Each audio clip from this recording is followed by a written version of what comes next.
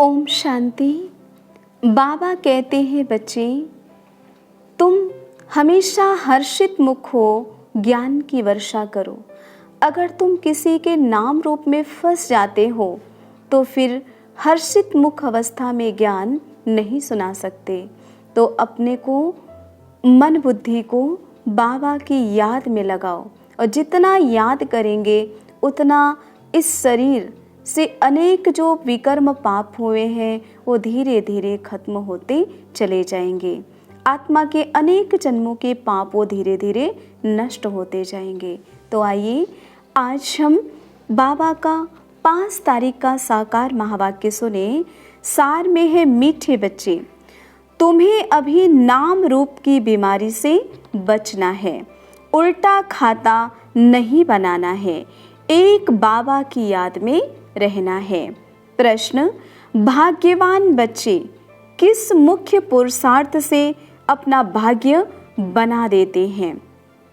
उत्तर, भाग्यवान बच्चे सबको सुख देने का पुरुषार्थ करते हैं। मनसा वाचा कर्मणा कोई को दुख नहीं देते, शीतल होकर चलते हैं तो भाग्य बनता जाता है। तुम्हारी यह स्टूडेंट लाइफ है, तुम्हें अब गुटके नहीं खाने हैं, अपार खुशी में रहना है। धारणा के लिए मुख्य सार है। पहली पॉइंट, निर्बंधन बनने के लिए ज्ञान की मस्ती हो, देह अभिमान की चलन न हो, आपस में लून पानी होने के संस्कार न हो, देहधारियों से प्यार है तो बंधन मुक्त तो हो नहीं सकते। दूसरी पॉइंट, कर्म योगी बनकर रहना है, याद में बैठना जरूर है।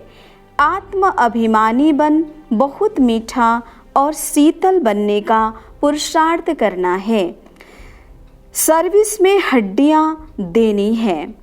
वरदान है, श्रीमत से मनमत और जनमत की मिलावट को समाप्त करने वाले सच्चे स्व कल्याणकारी भव। स्पष्टीकरण है, बाप ने बच्चों को सभी खजाने स्व कल्याण और विश्व कल्याण के प्रति दिए हैं, लेकिन उन्हें व्यर्थ लगाना, अकल्याण के कार्य में लगाना, श्रीमत में मनमत और जनमत की मिलावट करना, यह अमानत में खयानत है।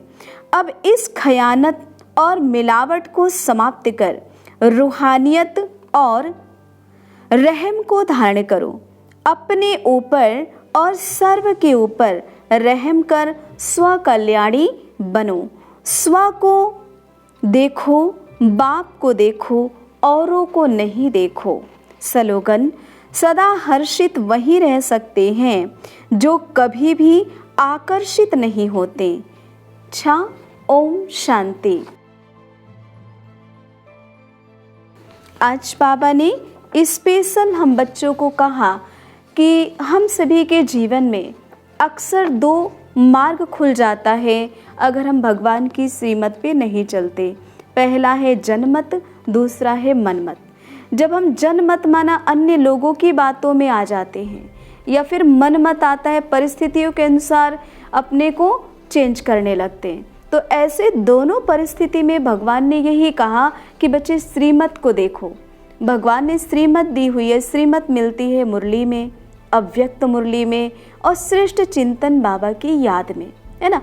जब इन तीनों को हम साथ रख के चेक करते हैं, जनमत और परमत को, मनमत को, तो हमें क्लियर समझ में आ जाता है राइट क्या है। इसलिए बाबा ने क्लियर कर दिया कि जनमत, मनमत, परमत, इन तीनों को एक किनारे करना है, बाबा की श्रीमत से फैसला करना है। अच्छा, ओम शांति।